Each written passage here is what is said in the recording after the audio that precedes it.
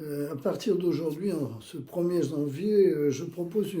une approche un peu différente de la règle, mais en fait, pas seulement de la règle, mais de l'état d'esprit de la règle. C'est-à-dire que je ne vais pas commenter littéralement ce que dit la règle, je vais essayer de dégager,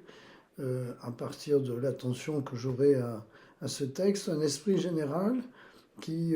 pourra s'adapter à toutes sortes de circonstances et à toutes sortes de personnes dans la vie, et pas simplement moines. Et donc pour commencer, ce qui est à la base de toute vie, en fait, pour qu'elle soit réussie, pour qu'elle soit heureuse, c'est une qualité d'écoute. Une qualité d'écoute non seulement des oreilles, c'est important aussi de savoir écouter avec les oreilles,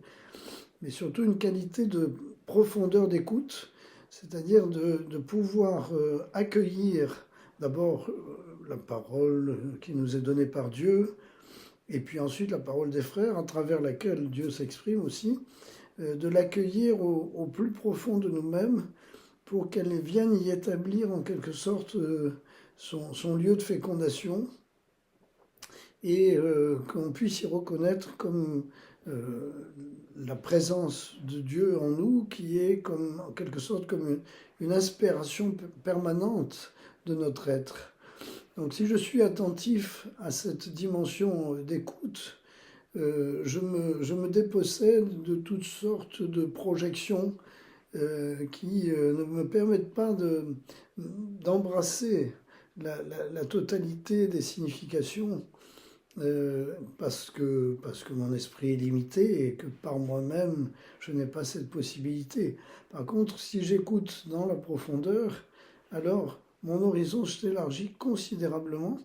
à condition que je sois capable de faire silence et d'accueillir vraiment ce qui m'est donné,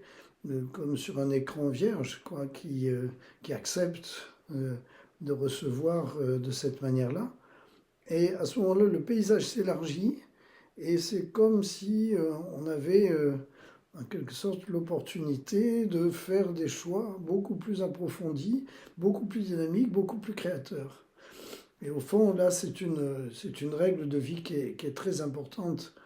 parce qu'on vit trop souvent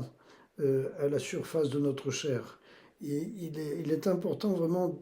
de vivre à partir des entrailles, quoi, à partir du cœur, à partir du centre de nous-mêmes, de manière à nous épanouir pleinement dans toutes nos potentialités. C'est un travail de longue haleine et qui produit des actions bonnes qu'on n'a pas regrettées, même s'il y a un discernement nécessaire en permanence. Voilà. Donc au début de cette année, c'est les vœux que je formule pour tous, de pouvoir cultiver cette écoute, d'abord de ce que Dieu a à nous dire, et par les autres de ce que Dieu nous révèle, afin d'être pleinement nous-mêmes et de répondre à notre vocation.